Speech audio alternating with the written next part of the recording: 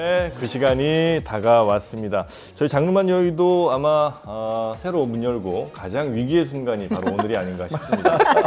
그 어떤 분이 오셔도 사실 저희는 막 이것저것 막 그냥 물어봤잖아요. 그러나 오늘은 안 그렇게 돼. 하세요, 그렇게. 네? 그렇게 하시라고. 안 되잖아요. 아니, 제가 사실은 장르만 여의도가 뭔지 몰랐습니다. 네. 좀 이름이 이상하다. 네네네. 금휘수 작가라는 분이 전화를 하셨어요. 네네네. 제가 지금 산골에 살고 있거든요. 네. 장르만 여의도 네. 무슨 뜻이에요? 이제 네. 그럼 사실은 이 출연 거절할 뻔했어요. 근데 제가 큰일 날 뻔했죠. 이렇게 좋은 유명한 프로그램에 못 나올 뻔했어요. 아 그럼 막 해요? 이상이 쟤는 겁이 없는 애거든요. 막 하세요. 아 그렇습니까? 일단 소개해드리겠습니다. 그러면 네.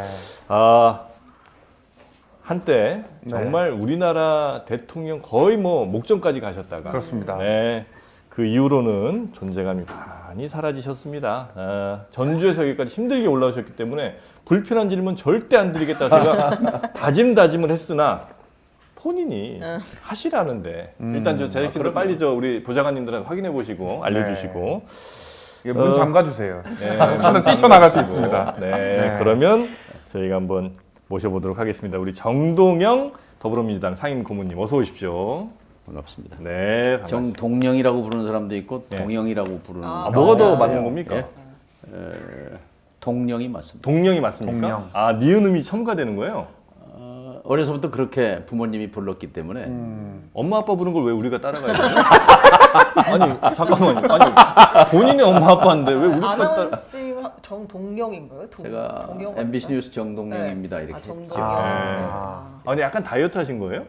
약간 살이 좀 예, 한 전에 2kg 빠졌습니다. 2kg가 아닌데 제가 볼 때는 한 3년 전보다 그때 제가 뵀었는데 한 6kg 정도 빠지신 것 같습니다. 맞죠? 제가 평소에 한 66kg 나가는데요. 지금 64kg 나갑니다. TMI인데? 아니 근데 왜 이렇게 젊어지신 거예요, 갑자기? 제가 그때 그래요? 뵀을 때는 아유 우리 저 고모님도 이제는 다 되셨구나 이런 생각을 했었거든요. 마음이 편하니까 그래요. 아 그래요? 좀 많이 젊어지셨어 진짜로. 아니 뭐 이렇게 제가 요즘 저 장작불 떼고 온돌방에서 잡니다. 아 그렇습니까? 네. 약간 온돌방에서 자고 나면 네. 몸이 개운해요. 오늘 아침에도 지금 산골에서 아, 5시에 네네네. 일어나서 왔는데 좀 기차 타고 의료적인 도움도 받으신 것 같은데요. 그래요? 예, 조금 뭐 있었던 것 같습니다. 시술 정도는 들어간 것 같아요. 들켰죠. 뭐 하루 피부가 이렇게 좋으신가? 아 저요? 예, 예. 아 저도 시술 받았어요. 진짜 애기 피부 같아요. 아 그렇습니까? 뽀송뽀송합니다. 네. 자 그러면 우리 정동영, 네, 우리 고모님과 함께 편하게 지금 말씀 주시면 저희가 진짜로 이건 확실히 지키겠습니다. 아니 확실히 하세요. 불편한 건 하지 말아라. 그러면 아니. 저희는 안 할 거고요. 뭐든지 하세요. 예. 뭐든지 해요? 예. 좋습니다. 진짜로? 예. 맞아요 제작진? 확실해? 저기 막 내 시선 외면한 뭐든 다 해도 돼? 네. 자 우리 정동영 장관님께서 문제가 된 게 많았습니다. 네. 알고 계시죠? 참 두 분 참 소개해드렸죠. 네네. 최은경 기자님 아시죠? 예, 아, 잘 네. 알죠. 잘 알고 계시고요. 이상미 크리에이터입니다. 예. 네, 반갑습니다. 네, 반갑습니다. 예. 자, 그래서 이제 그 논란 때문에 사실 고생 많이 하셨는데 이제 그 논란이 사라졌어요. 왜? 본인이 직접 노인이 돼서 돌아오셨으니까 이제는 뭐 전혀 문제가 없습니다. 하지 마세요. 하지 말까요? 아니요. 네. 뭐 그게 자연의 순리인데요. 자연의 순리야. 그리고 나는 정치인들은 그 억울하고 분노할 포인트도 있죠. 왜냐하면 너무나 이거는 잘못된 공격일 수도 있으니까. 그러나 그것조차도 받을 수밖에 없는 게 숙명이라고 저는 봅니다. 예, 예, 예. 공직자로서. 그게, 예. 그게 그릇입니다. 그러니까 제 생각이 바로 그겁니다. 그리고 우리 저 기자 시절에 그 인터뷰이들한테 불편한 질문을 계속 하셨을 거 아닙니까? 그걸 잘해야 유능한 기자죠. 그걸 잘해 유능한 기자잖아요. 우리는 무능하고 싶지 않습니다. 왜 그래요? 각오하겠습니다. 근데 사과하시지 자, 않았습니까? 최은경 기자님, 네네. 제가 모든 이 케이지들 다 열어주셨어요. 다 열었습니다. 네. 편하게 하시면 되겠습니다. 네, 자 일단 정동영, 네, 우리 고모님이 어떤 분인지 일단 네. 소개는 진짜 잘해야 돼. 예, 소개는 진짜 멋있게, 소개해드리겠습니다. 네, 진짜 멋있게 부탁드립니다. 1953년 전북 순창 출생입니다. 멋있다. 53년생이 멋있어. 내가 네. 맞아요. 그냥 날짜가 멋있는 더 멋있어요. 날짜가. 날짜가 멋있습니까? 며칠이죠? 휴전 협정일이에요. 어. 대한민국의 27일. 평화를 가져오신 날이네. 그게 아니라 제가 어머니 뱃속에서 네. 10시에 휴전협정 조인이 됐는데 제가 12시에 나왔어요. 아, 못 참겠다. 드디어 이제 휴전협정 됐으니까 나는 나가야 되겠다. 그래서 남북 관계에 관심이 많으세요. 뭘 나는 나가요. 네, 통일부 장관. 예, 나 나가. 아니 근데 실제 그게 제 청년기에 영향을 많이 줬어요. 아, 그 생일이. 예, 예. 아, 맞습니다. 왜냐하면 저희 집 뒷산이 네. 남북 잔혹사의 현장이에요. 남북은 사령부가 있었던 데예요. 어디가요? 제 고향 뒷산이 고향이 어디신데요? 전라북도 순창군 회문산이라는 데인데 여기가 남노당 도당 네. 사령부와 남북은 사령부, 이현상 사령부가 있었던 데인데 그러니까 좌가 우를 죽이고 우가 좌를 죽이고 그 피어린 역사가 있어서 6.25가 거기는 53년에 끝나지 않고 55년까지 갑니다. 미수복 지역이라고. 그렇죠, 그렇죠. 예, 예. 아, 전 어렸을 땐 몰랐는데 이제 네. 자라고 나서 이걸 끝내는데 제가 뭔 티끌 만한 역할이라도 해야 되겠다 이런 생각을 했죠. 정동영 고모님이 남북 평화 통일을 추진하고 남북 간의 어떤 평화 메시지를 이걸 이제 담당하시는 건 어찌 보면 운명이군요. 데스티니야 이건. 저희 초등학교 네. 동창 중에 그 장례동이라는 마을이 있었는데 이름도 네. 좀 고약하지만 그 아이들은 아빠가 하나도 없었어요. 전부 그때는 몰랐어요. 전부 엄마만 있었어요. 근데 남자란 남자는 전부 학살했던 민간인 학살 마을이었죠. 다시 그런 역사가 반복되면 안 되니까. 그러면 안 되죠. 네, 그래서 이제 평화 통일에 그렇게 매진을 하신 겁니다. 맞죠? 그러니까 어려서부터 네. 몸으로 맞아요. 체득한 거죠. 이 비극성을. 지금이 21세기하고도 2023년인데 네. 이러고 있다는 게 아, 우리 글로 배운 평화 세대들은 안 돼. 네. 이분은 몸으로 직접 체득하신 분입니다. 자, 됐죠? 네. 자, 일단 연도 하나에 지금 한 20분 보냈고요. 네. 그리고 전주에서 네. 학창 시절을 보내셨고요. 서울대 국사학과에 입학하십니다. 서울대 SNU 네. 샤대. 샤대. 서울대학이라는 게 저는 이 우리 한국 사회의 가장 큰 문제가 아, 네. 학벌 사회. 근데 왜 고등학교, 서울대가 대학 잠깐만 평생 울고 먹는 그런 사회를 넘어서는 것이 진짜 개혁이라고 생각합니다. 근데 왜 서울대 가셨어요? 네? 아니 그때는 이제 돈이 없어서도 갔고요. 그다음에 전북대학교 가시면 되죠. 독립됐는데 거기도 그때 이제 가장 누리는 사람을 가장 누리는 학교로 가시면 어떡합니까? 왜 그래요? 말이 안 되잖아. 저는 서울대학 나왔다는 것 때문에 얻은 프리미엄에 대해서 부끄럽게 생각합니다. 누릴 건 누리셨죠, 근데. 네, 다 누리셨어요. 부끄럽긴 한데. 누려보니 뭐 나쁘지 왜냐면 않았지만. 대학을 한번 떨어졌거든요. 아. 그리고 2차 대학을 다니다가 네. 다시 재수해서 갔습니다. 2차 대학이라는 건 후기? 후기 대학이죠. 아, 예, 네네네. 예. 아, 근데 이제 한국 사회의 그 사다리에 편입하기 위해서는 네네. 그런 이제 학력 자본, 음. 근데 그것을 넘어서는 것에 대해서 그동안 고민 많이 했죠. 지금 그러면 지금도 여전히 좀 유지가 되잖아요. 그런 예, 학력 예. 뭐 사회가. 제가 2007년 대선 나왔을 때 지금 네. 아무도 주목하지 않지만 제가 고등학생들한테 대환영을 받았어요. 뭐냐면 제가 대통령이 되면 대학 입시를 폐지하겠다고 공약했어요. 근데 실제 가능합니다. 입시 폐지요? 입시 폐지입니다. 대학 평준화입니다. 대학 평준화인데요.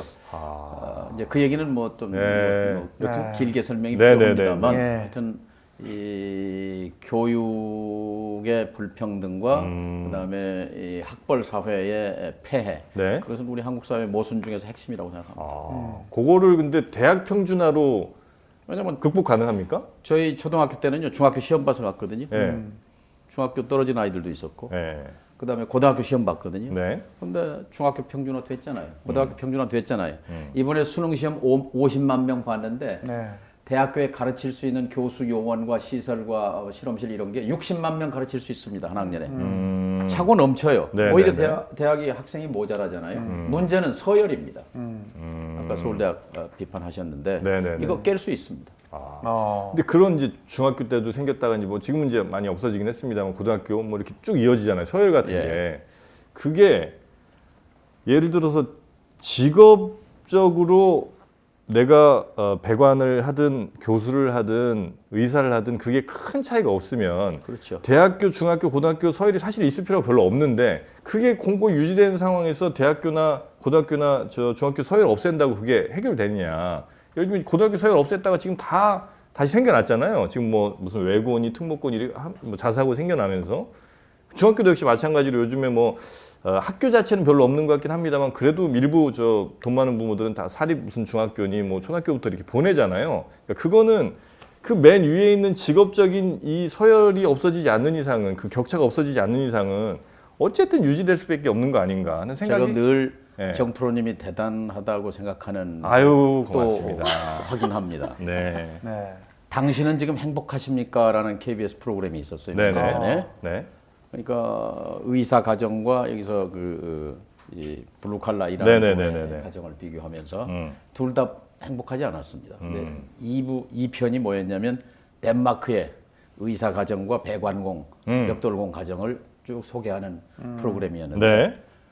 소득 수준이 그렇게 큰 차이가 없었고 그러니까 행복도는 비슷했습니다. 네네네. 그러니까 그 본질입니다. 핵심이죠. 그렇죠. 그러니까 보상 체계, 보상 시스템을 어떻게 설계하느냐가 그게 사실은 지난번 1,700만 촛불 든 시민들의 요구의 핵심이 그겁니다. 네네네.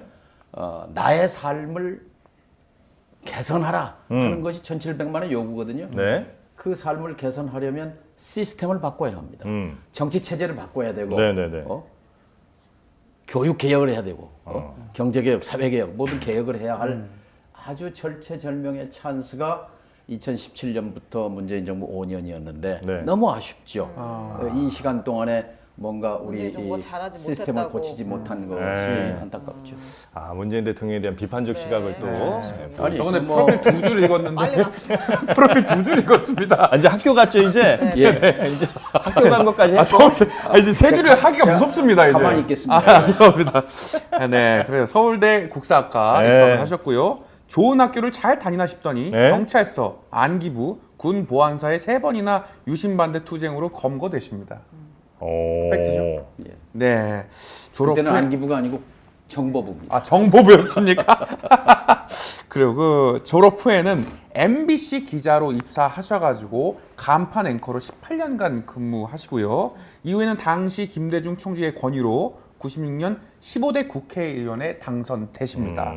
97년 대선 승리의 아이콘으로, 그리고 이후에 2002년 대선에서는 경선 지킴이로 노무현 후보의 승리를 이끈 주역으로 또 부상하십니다. 과찬이십니다. 네, 그 결과 2004년 열린우리당 총선 압승을 이끈 선봉장으로도 평가받고 계십니다. 너무 저 극존칭 좀 하지 마. 아니 사실입니다. 하십니다 이러면 아니 뭐 무슨 우리가 뭐 이 네, 시대 큰 어르신분들 어른 맞아요. 아니 어른이라도 아니 시청자가 제일 어른입니다. 그렇습니까? 아, 예. 예. 예. 제일 듣기 거북한 말이 원로 어르신이라고. 이것도 아닌데. 죄송합니다. 예, 이건 네. 좀 약간 그냥 했어요. 이렇게 알겠습니다. 해, 그냥. 네. 네. 이후에는 통일부장관 NSC 상임위장 자리에도 계셨는데요. NSC 상임의장. 네, 위원장. 상임위원장에도 조사 좀 잘해라. 의장은 대통령. 대통령. 네. 제가 중정이 아니라서 죄송합니다. 그리고 대망의 2007년 네. 이분을 또 만나죠. MB? 안녕하십니까. 난 정면승부에서 내가 이겨버렸습니다. 그게 이겨버렸어. 좀 잡아주세요 지금. 네, 알겠어요. 한 방에 500만 표. 그래요. 역대 최대 표차죠 그게. 네, 그렇습니다. 네. 이 MB와 정면 승부로 대선에 나섰지만 아주 아깝게 고배를 마셨습니다. 대패했죠, 대패. 그 고배를 마셨다 말이 안 돼. 아, 이거는. 그렇습니까? 네, 그냥 네. 박살. 박살이라뇨. 아 근데 그거는 근데 다른 분한테 제가 네. 대패했으면 네. 마음속으로 승복이 되죠. 그런데 아 국민 주권이 사기당한 겁니다. 네. 그 점에서는 참 안타깝습니다. 그리고 그 상황은 네. 정동영이 아니라 예수님이 와도 안 되는 상황이었어요. 맞잖아요. 뭐 제가 첫째는 제가 능력이 부족했고 에이, 이제는 그건 그냥 우리 하지 진영이 마시겠지 하나가 뭐. 못된 거. 아, 그때 그 여당 지지율이나 이게 거의 뭐 아, 도저히 이길 수가 없는 엄청 상황이었잖아요. 힘든 상황이었죠. 네. 예. 강아지가 나와도 된다 뭐 이런 워싱턴 포스트 기사도 있어요. 걔까지는 아니었던 것 같습니다. 그래요. 네. 아주 아깝게 고배를 마셨고요. 네. 하지만 전주에서만 4선을 또 야, 지내셨고 다른데 근데 몇 번 나오셨었죠? 동작을 동작이나 뭐 강남을이 강남 계시는데요. 나왔습니다. 네. 전주를 주름 잡던 정치인이라고 해도 과언이 아닙니다. 최근에는 전주는 동네 북이 아니야라고 선언하시면서 총선 기한을 사실상 예고한 상태십니다. 그러니까 그 전북에서 이제 하시잖아요. 네. 전북이 뭐 동네 북이냐 네. 그런 의미의 전북이냐 이러면서 이제 굉장히 강하게 지금 나오고 네. 계시거든요. 근데 이제 많은 우리 네티즌들이 이런 사람들이 아니, 또 나오신다고 이런 반응이 있어요. 아주 버릇없는 있죠. 놈들을. 예, 제가 그래서 혼을 좀 일단 시작 전에 저희가 많이 혼냈습니다. 그래서 지금 네티즌들도 다른 데보다는 좀 분위기는 좋을 거예요. 왜냐하면 엄한 소리 제가 하지 말라고, 애먼 소리 하지 말라고 제가 아주 경고를 해놨거든요. 근데 좀 이번 도전에 대해서 조금 비판적인 시각도 있는 거는 사실입니다. 그렇죠. 예. 예. 근데 거기에 대해서 변명을 좀 해주셔야죠. 지금은 정상적인 상황이 아닙니다. 비상 상황이다. 비정상, 아, 비정상 상황이다. 변칙적 상황입니다. 그러니까 이명박 정부, 박근혜 정부는 이제 정치적, 경제적 퇴행인데요. 네네. 이건 퇴행을 넘어서서 네. 느닷없이 21세기의 전두환 시대가 온 거거든요. 연성 파시즘, 연성 독재입니다. 그러니까 군인들이 서울의 봄. 네. 근데 지금은 이제 검사 136명을 전진 배치했잖아요. 네. 우리나라 검사가 2,100명입니다. 그 중에 136명을 뭐 금융위원회, 노동, 환경, 교육, 뭐 방송통신까지 네. 배치하면서 검찰 권력, 사실 검찰 권력 앞에 떨지 않을 국민이 별로 없습니다. 근데 이걸로 이제 통치가 가능하다고 믿는 건데요. 누구 때문에 이렇게 된 거죠? 0.7%가 안타깝죠. 그러니까 이게 이제 이재명 대표 때문에 그렇게 국민 탓일 수도 있고 0.7%. 아니면 윤석열 대통령을 이제 판단하신다면 윤석열 대통령을 그 자리로 올린 분이 책임이 있을 수도 있고요. 그러니까 김대중 대통령이 늘 말씀하신 게 네. 최고의 개혁은 정권 재창출이다 했는데 네. 그 점에서 이 문재인 정부가 제대로 인식을 못했던 것 같아요. 문재인 아니 그러니까. 또 제 얘기입니까? 저 잊어주세요. 왜 뭐만 하면 제 얘기 나옵니까? 그만하시죠. 예. 하하하. 그만하시죠까지 나왔고요. 좋아요. 예. 아니 우리 저 정동영 대표님은 제가 이제 사전 조사를 좀 해보니까 예. 예를 들면 뭐 지금 현재 이재명 대표와 혹은 뭐 문재인 전 대통령과 혹은 뭐 다른 뭐 정세균 혹은 저 이낙연 전 대표 등등과 이제 누구랑 제일 친하시냐고 여쭤봤더니 친한 사람이 없다는 거예요. 맞습니까? 친한 사람도 있고 안 친한 사람도 있고. 누가 친한 거예요 도대체? 이재명 대표는 뭐 식구죠, 식구. 왜냐하면 제가 대선 그래요? 때 정동영과 통하는 사람들 팬클럽의 네. 대표였으니까요. 그때는 진짜 그때 이제 애기였는데. 성남시장 두 번째 예. 나올 때 제가 그런 얘기를 했어요. 자, 우리 이재명 시장은 시장에 그칠 사람이 아니다. 10년 뒤에, 10년 안에 아마 그때 이미 알아보셨구나. 대선 진짜요? 반열에 갈 거다. 그때가 되면 내가 이재명과 통하는 사람들 대표로 해주마. 이렇게 그게 몇 년도인가요? 십몇 년 전이죠. 예. 그럼 지금은 이제 그때는 이재명이 정동영 개였는데 그렇지. 지금은 정동영이 이재명 개다 뭐 이렇게 그렇게 봐요. 말할 수 있겠죠. 지금 연락을 하시나요? 예, 가끔 소통합니다. 이재명 대표가 뭐 하라 그러니까 그러면 바로바로. 저는 실패했지만 네. 이재명 대통령을 통해서 해보고 싶은 일이 있습니다. 제가 이 대표한테도 말했습니다. 내가 해보고 싶은 것은 네. 한반도 평화 특사를 날 좀 시켜줘라.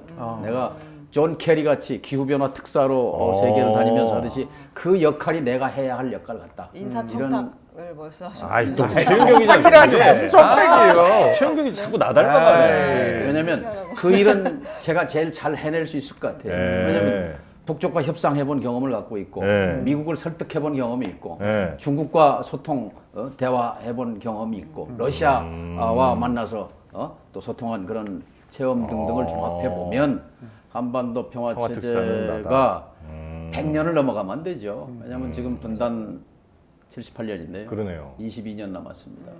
그러면 윤석열 끝나고 이재명 정권 들어서면 다시 윤석열 정권 5년은 적어도 남북 관계에 관해서는 없었던 백지화 시대로 네네네. 돌리고 다시 2019년 하노이부터 시작해야 합니다. 아 근데 우리의 활동 공간이 있어요? 우리가 역할이 있나요? 그러니까 그것이 핵심입니다. 저 핵심만 물어보잖아요, 저는. 기자할 때 야마가 중요하다고. 그러니까요. 아니, 북한이 그 일본 말 좀 쓰지 마시고요, 우리 좀.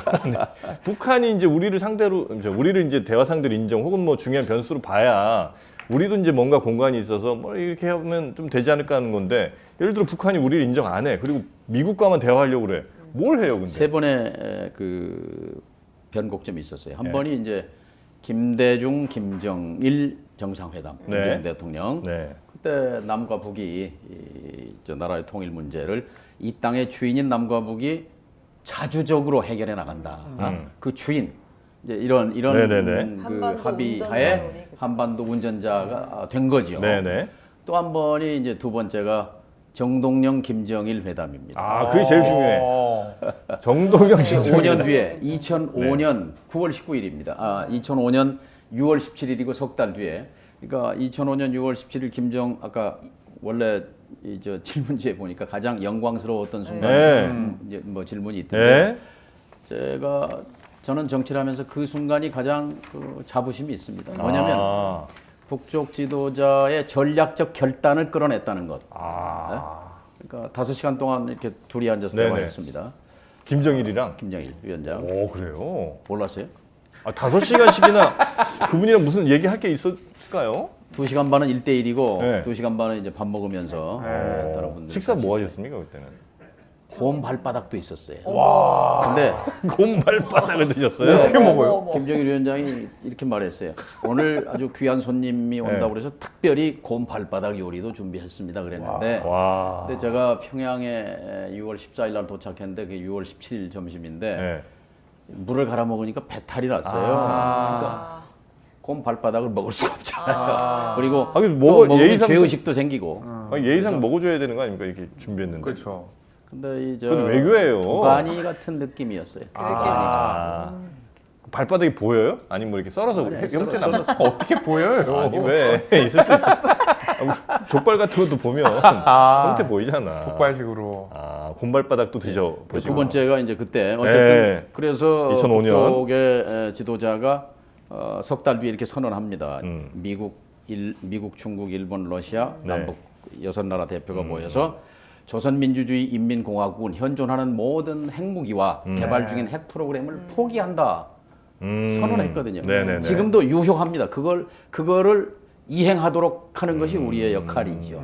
세 번째는 2018년 9월 19일입니다. 네네네. 그리고 그 다음 날 백두산에 문재인, 김정은 두 분이 이렇게 손잡고 섰잖아요. 네네. 그 순간 가장 쇼크를 받았을 사람이 있습니다. 누굽니까? 미국 대통령, 중국 국가주석입니다. 저 사람들이 손잡고 뭘 하려는가 보다. 근데 아무것도 안 했어요. 네. 아주 안타까운 대목이네요. 아무것도 못 하신 거군요. 그러니까 네. 우리가 뭘 할 수 없다고 생각할 게 아니라 결국은 아. 의지와 철학의 문제입니다. 북한 잘 설득하면 충분히 가능하다. 근데 그때는 이건 뭐 약간 아까보다는 좀 덜 핵심적인 것 같긴 한데 그때는 이제 다음 대통령, 다음 남쪽의 지도자가 될 수도 있는 사람이라는 인식을 북쪽도 갖고 있었으니까 훨씬 더 협상에서의 어떤 대화나 이런 게 힘이 실릴 거 아니에요. 근데 이제 이재명 대표가 예를 들어서 그냥 가상으로 대통령이 됐다 치고 그다음에 남쪽의 특사로 이렇게 가신다. 이때의 힘은 그때 당시에 정동영과 지금의 정동영이 좀 다르지 않습니까? 다르죠. 근데 문제는 이제 김대중 정권 때는 김대중 대통령의 의지와 철학이 중요했고 했고 네. 제가 그 2005년에 김정일 위원장을 만나 설득할 때는 노무현 대통령의 의지가 중요했어요. 제가 그런 얘기를 했습니다. 노 대통령은 이런 사람입니다. 네네네네. 라고 설명한 것이 뭐냐면 2003년 취임하자마자 그 미국의 네오콘이 영변 핵을 폭격하려고 하는 그런 그 구상을 갖고 있었습니다. 네. 그것을 저에게 전달해 준 사람은 2003년 1월 달에 제가 다보스에 대통령 특사로 갔을 때인데 다보스. 그때 네. 미국의 상원 외교위원장이던 바이든 의원이 저한테 연락을 해왔어요. 그때 바이든 외교위원장이었어요. 저한테 연락을 해와서 당선자 특사가 왔다고 그러니까 코리아에서 아. 꼭 전해줄 말이 있다. 그러면서 이 사람들은 미친 놈들이다. 북한은 아니 딕 체니, 체니는? 럼스펜, 아. 볼턴. 거기랑 대화할 생각도 하지 마라. 아니 대화가 아니라 네. 곧 저 이라크를 쳐들어가는데 이 친구들은 두 개의 전쟁이 가능하다고 믿는 사람들이고 영변 폭격을 할 네네네. 가능성이 있다라고 얘기를 해줬어요. 아. 네? 그 얘기를 꼭 전해라. 네네네. 그래서 제가 노 대통령한테 이 대목은 지금 김정일 위원장한테 소개한 겁니다. 네네네. 그 얘기를 들은 노무현 대통령 당선자입니다. 네네네. 당선자가 뭐라고 그랬냐? 만일 미국이 우리와 상의 없이 북을 공격한다고 치면 네. 결국은 여기 이 남한에 주둔하고 있는 미군 미8군과 미2사단과 오산 공군기지와 미군들이 동원될 터인데 네. 우리가 인간 사슬을 만들어서 미군 기지를 에워싸서라도 막아야 한다.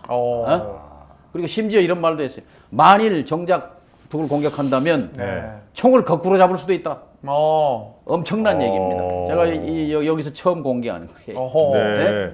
저는 쇼크를 받았습니다. 근데 물론 그건 격한 말이었지만 네네네. 김정일 위원장을 설득하는 데는 결정적이었습니다.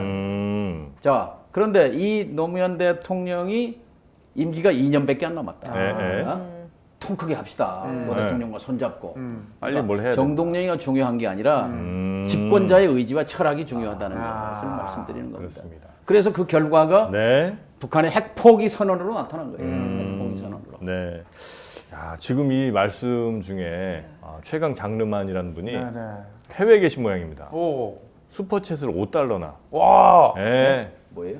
후원금 후원금을 네. 5달러를 햇볕 아. 정책으로 주셨습니다. 네. 근데 우리 감사합니다. 예. 아. 아니, 그 장관님 감사합니다. 너무 저 기뻐하실 건 없는 게요. 네. 옛날 얘기 그만하라고 쓴 거거든요. 네. 지겨워 죽겠다고. 알겠습니다. 예. 빨리 넘어가라고. 다시 해서. 돌아가야 합니다. 요즘 돌아가야 얘기를 된다. 좀 해보죠. 이제 이재명 그래, 대표가 요즘 얘기 합시다. 네. 어쨌든 뭐 지금 대선 하기 전에 총선이 눈앞에 와 있는 예. 거잖아요. 그리고 갑자기 건너뛰네요. 지금 시간이 많지가 않아가지고 대선 가려면 우리가 그 앞에 총선을 네. 먼저 잘 해야 되니까. 근데 그렇게 되면 출마를 이번에 하신다는 거잖아요. 이번에 출마. 이번에 출마는 하셔야죠. 네. 전주로. 지역이 전주로 예. 가는 거. 당도 민주당 마음으로 준비만 하고 있습니다. 왜냐면요, 저는 지금은 싸워야 할 때라고 생각합니다. 네. 왜냐하면 이 비정상적인 변칙적 사태를 끝내는 것이 네. 우리 국민을 위한 도리라고 생각하고 국민이 원한다고 생각하는데 네.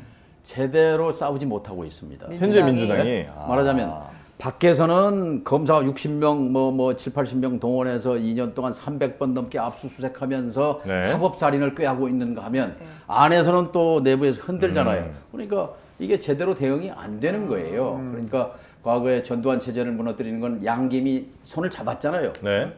DJYS가 손잡고 신민당을 만들어서 관제 야당을 붕괴시키고 그다음에 선명 야당 투쟁으로 해서 전두환 정권이 무릎을 꿇은 거거든요. 네. 지금 이 정권의 폭정을 멈추려면 민주당이 하나가 돼야 합니다. 네. 근데 윤석열은 제대로 비판 못하면서 안에서 흔드는 것, 그건 앞뒤가 안 맞죠. 그게 제일 문제예요, 지금. 예를 제가 들면- 해보려고 하는 것도 그겁니다. 보아니 정동영만큼 싸우는 사람이 없는 것 같아요. 아, 그래요? 네? 그리고 제가 해보려는 건 네. 한반도 평화 체제로 가야 하는데 네. 예? 또 저만큼 할 사람이 없는 거예요. 평화 체제는 이제 원래부터 갖고 계시던 오래된 꿈이시니까 뭐 그건 그렇다 치고 예. 지금 민주당이 못 싸우는 이유가 예. 검찰들 때문에 아니면 민주당 사람들이 좀 근시안 때문에 그래요. 눈앞 근시안. 이 앞에 단견입니다. 좀 크게 봐야죠. 숲을 봐야 된다는 네. 거죠. 왜 나무를 보느냐는 거예요. 숲이랑 나무는 뭐예요? 뭐 각각. 숲이라는 건 윤석열 정권이죠. 이 네. 정권의 본질이 뭐냐? 네. 이게 아까 말씀드렸지만 이명박 정권하고도 다르고 박근혜 정권과도 달라요. 다른 정권이에요. 네. 우리 국민들이 양식을 가진 제가 네. 얼마 전에 뭐 200석 얘기해서 뭐 네.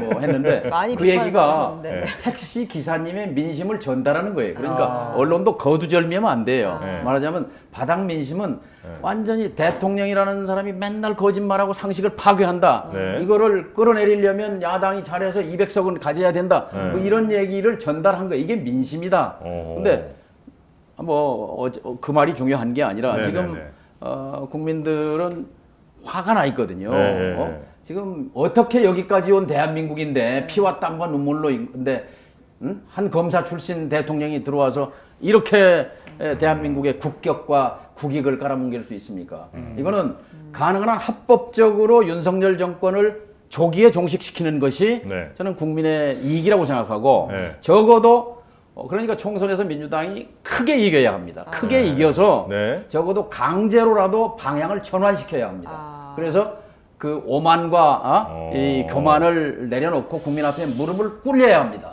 국민을 무릎을 꿇릴 수 있는 건 국민밖에 없습니다. 국민은 그러니까 2024년 총선은 뭐냐? 윤석열 심판 선거입니다. 심판하려면 야당이 하나가 돼야 되는데 딴소리 하고 있으니까 이게 힘이 나옵니까? 아니 근데 제가 우리 정동영 전 장관님을 네. 한 몇 번 뵀어요. 한 3번, 4번 정도 뵌 것 같은데 그때 이제 강남에서 뭐 저 개소식 하실 때도 한번 뵀고요. 그 다음에 한 두세 번 정도 또 이렇게 중간중간 뵀었는데 네. 그 한 7, 8년 사이에 오늘이 가장 에너제틱하세요. 오. 그래서 혹시 뭐 요즘 좋은 거 드시나? 뭐 장어, 제가 오늘 장어 산책길에 갔다가 갓을 뜯었어요. 아. 그래서 그걸 샐러드를 아니, 뭐 이렇게 좋은 걸 드시길래 왜 이렇게 힘이 넘치시는 거예요? 길가에 이게 뭔가 했더니 갓 같아요. 어. 그래서 그거를 그럴 캤어요. 때는 이제 그거보다도 야, 요즘에 세상이 너무나 정말 잘못 가고 있으니까 내가 이렇게 분노하지 않을 수 없다. 이런 식으로 다시 한번 갈까요? 예. 예. 왜 이렇게 이게 에너제틱한 이유가 뭘까요? 그날 10년 만에 처음 뵙는 것 같습니다. 뭐 세상 때문에 그런가요? 저는 이 세상의 불평등에 분노하고요. 네. 반평화에 분노합니다. 아하. 그래서 나이가 문제가 아니라 네. 그래. 나이가 그래. 문제가 아니라 정신과 사상이 중요합니다. 오늘 너무 에너제틱. 정신과 사상이. 네. 근데 제가 갖고 있는 이 세상의 불평등을 교정하고자 하는 그런 네. 열망과 네. 이 거꾸로 가고 있는 한반도 반평화 맞습니다. 이것을 바로잡고자 하는 네. 그 열정이 있는 한 그래서 오늘 이렇게 힘이 넘치시는구나. 이렇게 갑니다. 네. 네, 여러분 아시겠죠? 근데 요 이제 분노를 끌어모아서 하나로 네. 힘을 합치면 예. 민주당이 200석은 거뜬히 넘길 수 있다고 보세요. 저는 그런 목표를 내걸면 5만 고개 들면 죽는다는 거 아니겠습니까? 네. 겸손하게 가야죠. 그러나 크게 이겨야 윤석열의 폭정을 멈추게 합니다. 이것이 핵심입니다. 크게 이기기 위해서 네. 쌓아놔야죠. 이재명 대표는 통합의 리더십을 발휘해야 되는 거고, 네. 그다음에 지금 저 이재명 대표를 공격하는 사람들은 윤석열을 공격해야 되는 거지. 그리고 그 합법적으로 윤석열 정권을 단축시킨다는 말은 야권 연합이 200석 이상이 되면 저 박정훈 대령 사건 같은 건 명백한 법률 위반입니다. 탄핵 사유입니다. 이미 탄핵 사유를 저질렀어요.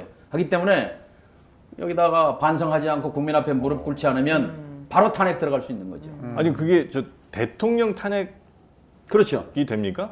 그러죠. 왜냐면 헌법에요. 네, 대통령은 헌법과 법률 조항을 위반하면 탄핵하게 돼 있어요. 그게 이제 대통령이 위반한 거냐의 질문. 대통령 위반했죠. 왜냐? 네. 그래서 지금 이종섭 국방장관이고 NSC 차장이고 행정관이고 다 자르고 군대 인사 막 흐트러 놓은 게 뭐냐면 네. 증거 인멸입니다. 아. 아니 국방부 장관까지 사인한 박정훈 대령의 수사 기록 보고서를 네. 대통령이 야 이런 일로 사단장 자르면 어떡하냐 네. 하고 전화했다는 거 아닙니까? 그거 밝혀지면 바로 탄핵입니다. 그렇습니까? 그거 말고 또 대통령이 잘못한 탄핵 사유라고 불만하는 그다음에 것도 이번에 있고. 김건희 여사 특검 같은 거 이제 아마 거부권 행사할 거죠. 예? 그럼 국민 마음 속에서 탄핵이 될 겁니다. 예? 되게 이해관계자 재척 사유라는 게 있잖아요. 그러니까 대통령도 네, 자기 네, 네. 가족에 관한 것은 그 거부권 행사하면 안 되는 겁니다. 근데 대통령 탄핵은 사실 이제 민주당에서도 조금 이제 부담은 있으실 거 아니에요. 이렇게 얘기하시는 분들이 대통령 탄핵을 아주 명시적으로 이렇게 얘기하시는 분들이 많지는 않은 것 같은데 당내에서도 이런 전 장관님의 말씀이 설득력이 좀 있어요? 아니면 아이고 저 정장은 왜 저런 얘기까지 해? 이제 이런 분위기가 있을 수도 있지 않습니까? 스펙트럼은 다양하지요. 그런데요, 지금 민주당의 문제는 살찐 고양입니다. 비만 고양이 또 나옵니다. 네. 고양이가 그리고 죄가 많아. 제 탓도 있어요. 책임도. 아. 제가 여당일 때 당의장이었습니다. 아. 네. 17대 대선, 17대 총선에서 152석을 했어요. 과반수를. 4.19 이후에는 저 민주당이 과반수는 제가 당의장할 때 처음 했는데 네. 그때 총선 전략으로 고관 대작을 많이 끌어들였습니다. 장관, 차관, 사법시험, 검사, 판사.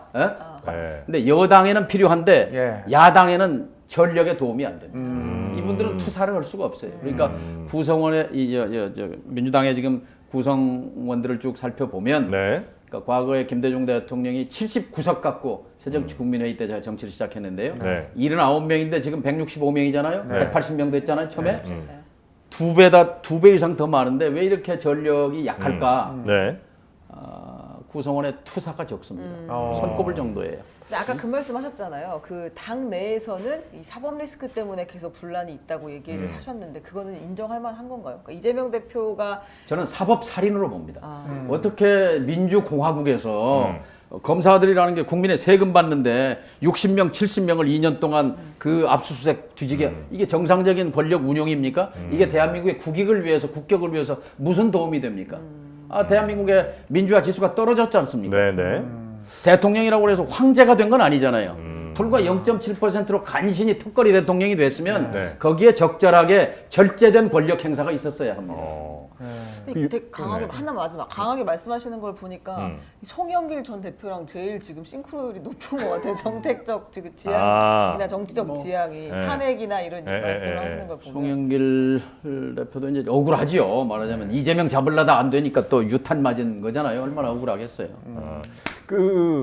혹시 이런 비판은 어떻게 보십니까? 지금 이제 뭐 탄핵이나 뭐 이런 얘기를 이제 해주셨습니다만 민주당이 과거에 뭐 80년대 그때 어떤 학생운동하던 그 마인드로 계속해서 정권을 그냥 타도하고 이런 거에만 집중하지 말고 170석 줬으면 그걸로 법안 처리하고 얼마든지 일할 수 있는데 그걸로 민생 챙길 생각은 안 하고 왜 정권 타도만 그렇게 계속해서 얘기하느냐. 그 지적하시니까 아쉬운 게 방송법입니다. 방송법. 180석 가졌을 때 예. 지금 이제 저 KBS 사장이고 MBC 사장이고 네. 이제 과반수면은 이제 사장을 임명한단 말이에요. 네네네. 그러니까 청와대 대통령실 마음대로 하는 거예요. 그 여당이 이제 과반수를 가지니까 네. 그것을 60%로 상향하는 법안에 대해서 그때 청와대가 반대했습니다. 그때 했어야죠. 60%면 뭐냐면 여당 예를 들어 9명에서 5대 4면 그 과반수지만 60% 같으면은 한 명이 말하자면 여권이 아닌 사람이 하나 동의해 줘야 되거든요. 네. 그러려면 최소한 이 정권에 말하자면 선봉대 같은 사람을 내세워서는 안 되는 거죠. 네. 적어도 합의가 객관적으로 될 만한 인사를. 받아들일 만한 인물이 되는 건데 그런 개혁 기회를 그걸 발로 찬 것, 그것에 대해서 반성해야죠. 그 당내 통합 아까 얘기하셨는데 예. 그 이낙연 전 대표가 뭐 이준석 전 대표를 만날 수도 있다 뭐 사람들이 귀추가 주목되지 않습니까? 어떻게 평가하십니까? 둘의 연합. 이준석, 이낙연. 예. 준낙 연대 이렇게 부르더라고요. 약간 생각하실 시간 드릴 테니까 이낙연 한번 가겠습니다. 네. 아 이낙연입니다. 나가라고 하면 나가야지요. 이런 생각이 들어요. 이낙연 대표가, 이낙연 후보가 네. 이재명 후보에게 지고 나서 네.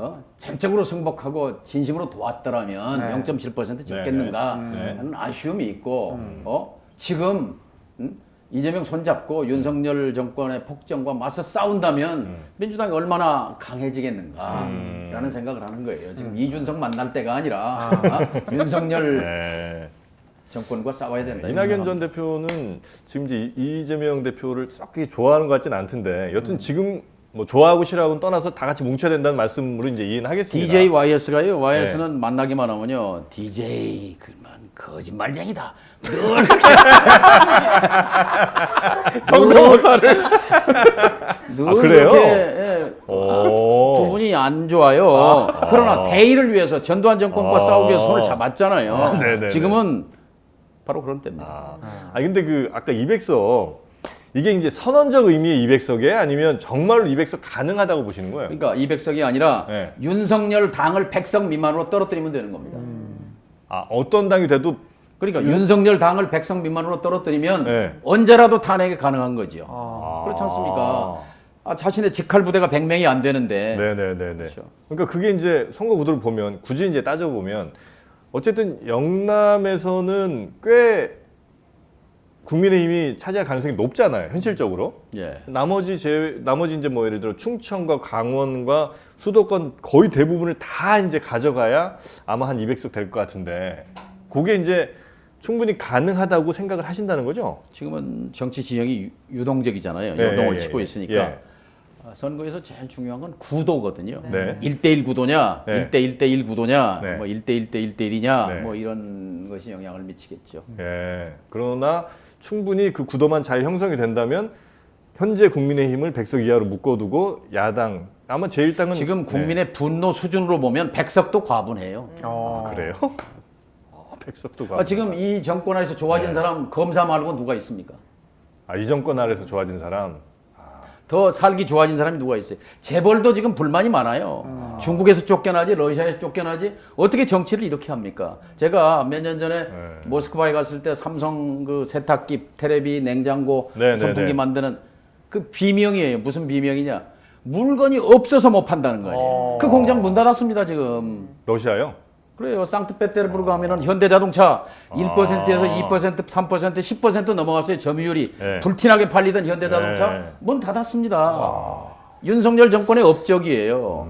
이거 이 폭정을 멈추게 해야죠. 그런데 러시아가 전쟁을 일으켰기 때문 아닙니까? 전쟁을 일으켰으니 비판해야죠. 네, 그러나 살상 무기를 제공하지 않는다는 것은 우리가 네. 해방 후에 아니 단군 이래 지켜온 우리 원칙입니다. 네. 왜냐하면 우리는 남의 나라를 침공해 본 적도 네, 없고 그렇지 않습니까? 예, 예. 충분히 경제적인 지원, 비살상 무기, 저 군수물자 지원으로 가능합니다. 그랬으면 이렇게 공장 빼는 것까지는 안 갔다. 그렇죠. 그러면 어떻게 되냐? 러시아와 북한이 전략적 관계를 맺지 않죠. 네. 이렇게 되면 우리 안보가 위협에 처하지도 않고 북의 저 군사 정찰 위성도 네. 그렇게 당장 성공적으로 못 올라가지요. 그거는 그러면 차해입니다. 차해. 예. 우리가 선택을 이제 잘못했다고 한번 보시는 것 같은데 그 상황에서 굳이 따져보자면 우리는 사실 미국과 이제 동맹을 무시할 수가 없잖아요. 무시가 아니라 강화해야죠. 그렇죠. 그런데 미국이 지금 아마 우크라이나 쪽으로 무기를 좀 보냈으면 하는 이제 강력한 신호가 왔을 거 아닙니까? 그렇죠. 그걸 그럼 우리가 무시할 수는 없잖아요. 그러니까 그 요구는 미국의 요구인 것이고 네. 미국이 요구한다고 해서 덥석 100% 받을 이유는 없는 거죠. 대신 우리가 네. 군수 지원도 할 수 있고 또 계속 또 뭐 시간을 끌 수도 있는 것이고 우리의 네. 국익이 먼저지 미국 국익이 대한민국 국익은 아니지 않습니까? 미국이 뭘 요구하는 것은 그들이 이걸 좀 해주세요라고 얘기할 때 우리가 오케이 근데 이건 좀 아닌 것 같아요라고 만약에 거절을 했을 때 불이익이 이제 우리가 예상되는 몇몇 가지 것들이 있을 그것이 거 아니에요. 외교의 역량입니다. 외교 네. 역량. 한미 동맹이 튼튼하고 강화되면 될수록 동맹의 입장도 이해해 줘야 되는 거 아니에요. 왜냐? 우리가 우크라이나에 살상무기 포탄을 가면 네. 러시아가 당연히 북한과 밀착하게 될 거고 그건 한반도의 위협이 증가하는 건데 그것은 주한미군에도 위협이 되는 겁니다. 네, 네. 그리고 이것도 자해인 거예요. 그런 이 외교적인 총 역량을 기울여서 우리의 국익을 확보하는 것 이것을 포기한 정권입니다. 네. 그럼 이제 논리적으로 미국을 설득했어야 되는데 그걸 못한 거군요. 얼마든지 다른 방법으로 우크라 지원할 수 있잖아요. 가서 네.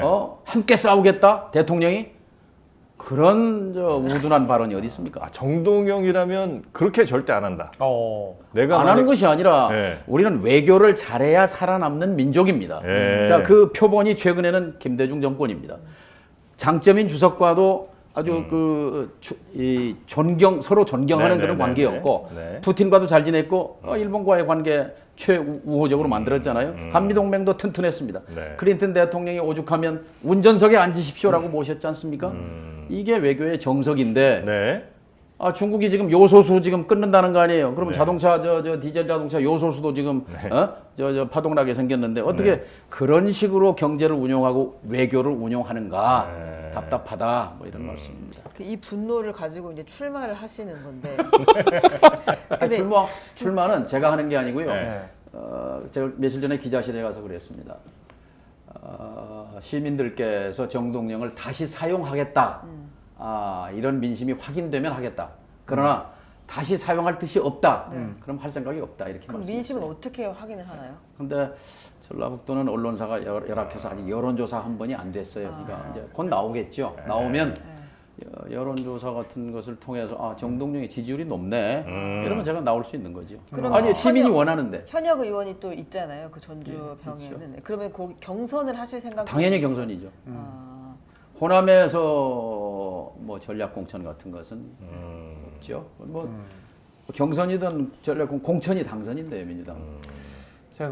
아니 마지막 이재명 대표와 이 출마에 대한 교감이 좀 있으신 건가요? 아니 제 출마에 대해서 직접적으로 얘기한 적은 없습니다. 지금은 싸워야 할 때라는 걸 늘 강조하죠. 이제 지금 거기 보면 그 올드보이로 묶이는 걸 굉장히 싫어하시긴 하지만 또 거기 친구분들이 다 나오신다고 하잖아요. 지금. 유성엽. 맞아. 그리고 이제 뭐 박지원 네. 그 전 원장님도 네. 나온다고 하고 뭐 항상 같이 따라 나오는 이름들 있잖아요. 천정배, 뭐 이렇게 박지원, 손학규, 정동영 이렇게 같이 나오는데 그분들 다 출마를 하신다는. 다른 분은 모르겠고 네. 박지원 의원님은 7대 3이라는 거 아니에요? 지역에서 그렇게 여러와 같이 원한다는데 네. 민심이 천심이죠. 아마 유성엽 의원도 지역에서 지지가 높은 걸로 알고 있습니다. 아, 다 나오시겠군요 그러면. 지지가 높으면 나오겠죠. 그 채널은 근데 다 지지가 민주당 없으면 이런 건가요? 네. 아니 자기가 나오고 싶다고 나오는 게 아니라 지지가 없으면 못 근데 나오는 거죠. 지지라는 게 정말 정치인들을 예를 들어 내가 이제 국민이에요. 유권자로서 A 정치인, B 정치인, C 정치인을 이 사람들의 공약들 뭐였었고 이 사람들의 실제 의정 활동 이렇게 정말 열심히 했네. 이렇게 해서 나는 정동영 지지 혹은 뭐 나는 박지원 지지 이렇게 나오는 지지가 아닌 경우가 많잖아요. 많이 활동하면 혹은 뭐 다선이면 다선일수록 인지도 높아지니까 이름 많은 사람 찍는 경우도 많고 그래서 이제 꽤 오래 이제 의원 하신 분들 가운데 어떤 분은 내가 3번, 4번 했는데도 바뀐 게 이 정도라면 이제는 내 역할은 여기까지인 것 같고 그 다음에 내 후배들에게 혹은 뭐 다음 정치 젊은 사람들에게 나는 이제 뭐 좋은 표현으로 하자면 뭐 이렇게 양보 혹은 뭐 밀려나는 게 맞다라고 이제 판단하시는 경우들이 많잖아요. 그런 경우도 있잖아요. 뭐 많지는 않고. 의원님께서도 전 장관님께서도 충분히 이제 정치 활동 한 20년 이상을 이렇게 아마 하셨던 것 같은데 그러면 내가 노력해서 할 수 있었던 것들은 이제 다 한 거 아닌가 이런 판단을 또 하실 수도 있는 거 아니겠습니까? 맞는 말씀입니다. 예. 국민들이 설령 예, 아까 나를 지지해 주시더라도 정신과 사상 얘기를 했는데요. 네. 김대중 대통령이 74세 대통령이 됐는데 네. 김대중 대통령이 그때 IMF 위기 속에서 당선되지 않았더라면 대한민국이 어떤 방향으로 갔을 것인가 생각하면 아주 모골이 송연합니다. 네. 근데 그분의 업적 중에 핵심이 정보화입니다. 정보화. 왜냐하면 얼마 전에 사형 선고 받고 나서 교도관과 나온 대화가 동영상에 나왔어요. 예. 근데 그 IT 정보화에 대해서 교도관한테 이렇게 얘기하는 내용이었는데 제가 증인인 게 당선자 시절에 최초의 초청 외빈이 손마사요시 손정희 회장이었습니다. 그랬나요? 네, 최초에 제가 대변인이었으니까 옆에 배석했습니다. 근데 어떻게 하면 우리가 산업화에 뒤졌는데 정보화에서 앞서갈 수 있겠습니까? 네. 라는 질문이었어요. 그거에 준비해온 이 손정희 회장의 답변이 이런 것들이었어요. 컴퓨터를 잘 쓰는 국민이어야 합니다. 그러기 위해서 대학 입시에다가 컴퓨터 과목을 한번 넣어보시죠. 97년 뭐 이때쯤이요. 예, 97년 12월입니다. 예. 그리고 한국은 청년들이 다 징병되지 않습니까? 예. 군대에서 컴퓨터 교육을 하십시오. 교도소에서 하십시오. 그리고 마을에서 주민들에게 하십시오. 지금 퍼스널 컴퓨터 값이 200만 원이 넘는데 낮춰야 이걸 된다. 보급형으로 50만 원대에 보급할 수 있습니다. 등등의 정책 제안을 했고 그걸 그대로 실행했습니다. 그리고 삼성 SDI에서 남궁석 사장이라는 분을 정보통신부 장관으로 IT 사령탑으로 모셔와서 5년 동안 국가예산 2조 5천억, 5년입니다. 그걸로 대한민국이 초고속 인터넷망이 가장 빠른 나라가 됐습니다. 전 세계에서 제일 빨랐죠. 김대중 대통령에게 나이를 얘기합니까? 75세, 76세, 77세 때 이뤄낸 업적입니다. 결국 정신과 사상이라는 얘기인데요. 아까 저는 불평등을 교정하려고 하는 그런 열망과 노력이 지금 민주당 의원들한테 그렇게 안 보인다는 안타까움이 있고 또 이 반평화 윤석열 정권이 완전히 척추를 부러뜨렸잖아요. 한반도의 평화의 척추를. 두 가지입니다. 하나는 뭐냐? 곧 북이 붕괴할 거다. 이 맹신에 사로잡혀 있어요. 두 번째, 곧 미국과 중국이 충돌할 거다. 둘 다 과학적 근거가 없고 둘 다 빗나갔잖아요. 북이 붕괴합니까? 윤석열 정권 임기 내에 미국과 중국이 윤석열 정부 임기 내에 전쟁합니까? 대만 사태에서 아니지 않습니까? 그런 잘못된 근거에 주술까지 가해진 것 같아요. 주술이요? 주술까지. 그래서 이렇게 가는데 공산 전체주의 세력과 이렇게. 싸워야 된다. 그리고 이념이 중요하다. 그러니까 대한민국 국민의 평균 수준을 못 따라가는 정권의 수준입니다. 이 정권을 가지고 민주당이 요리를 못한다는 것 안타깝게 생각합니다. 민주당이 좀 전략가가 좀 지금 부재한가요 혹시? 전략가도 좀 없죠. 그래요. 그러니까 예전에 보면 이렇게 항상 당에 보면 그 전략가라고 부르는 분들이 늘 이제 당의 방향이나 이런 것들에 꽤 많이 계셨던 것 같은데 요즘 민주당은 누가 그걸 하시는지를 잘 이렇게 감을 잘 못 잡겠는 그런 느낌이 좀 있더라고요. 저도 어떤 분이 당의 전략 책임자인지 그럼 전화해 보시려고요? 전화 꺼내. 전화기 꺼내준다 이거. 누구야 도대체 전략 책임자 뭐 이렇게. 이쯤에서 재밌는 질문 하나 드리겠습니다. 전북의 자존심을 되찾자 이렇게 얘기하셨는데 전북의 자존심을 되찾고자 정동영 장관이 송년회, 이제 송년회 철 아닙니까? 전주 비빔밥 한 그릇 같이 먹고 싶은 사람. 송년회 때 예, 사지선다로 질문드리겠습니다. 전북의 자존심을 되찾기 위한 1번 아, 이낙연입니다. 이낙연입니다. 비빔밥 맛이 좋습니다. 좋습니다. 2번 예, 문재인이고요. 나왔고요. 양산에서도 전주 비빔밥 생각나죠? 잘해. 목소리가 똑같습니다. 3번 예, 이재명이고요. 저 잊지 않으셨죠? 저도 비빔밥 참 좋아합니다. 네, 좋아합니다. 4번 유시민 작가. 송영길 대표 안 나옵니까? 송년회 가면이 없습니다. 네. 물병을 던져버려. 물병을 던져버려. 이재명 대표한테 이런 얘기를 해주고 싶어요. 네. 그러니까 지금 어떻게든 하나로 하는 그런 역할을 좀 더 하세요. 그래서 이재명 대표가 하나만 하나로 하기 위해서 나름 이제 스스로 노력한다고 얘기하잖아요. 예, 예. 근데 못하는 게 뭡니까 그러면 지금?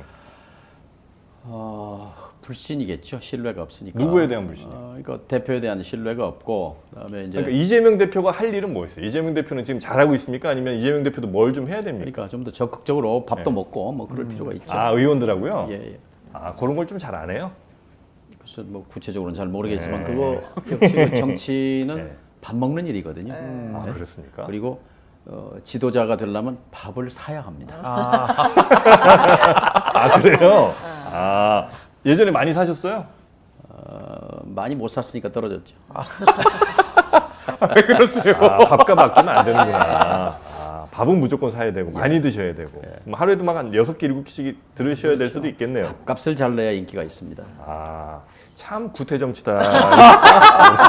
이런 생각이 들기도 합니다만 그건 뭐 변하지 않는 진리라는 거죠. 그럼요. 근데 그 지금 네. 통합을 얘기하시는데 이제 이낙연 전 대표나 정세균 전 의장이나 김부겸 전 총리 이제 이런 분들이 같이 만났다는 이야기도 있고 또 같이 이제 만난 건 아닌 것 같아요. 아니, 제가 요렇게 정세균 만나고 이렇게 만났죠. 네. 총리가 며칠 전에 어디 송년회 자리에서 만났는데 그래서 저도 그 얘기를 꺼내더라고요. 이낙연 총리와 둘이 만난 저녁을 자기가 샀다고 그런데 이낙연 총리가 정치 얘기를 자꾸 꺼내서 자기는 대꾸를 안 했다 이런 얘기를 해서 세 분이 묶이는 일은 없을 것 같아요.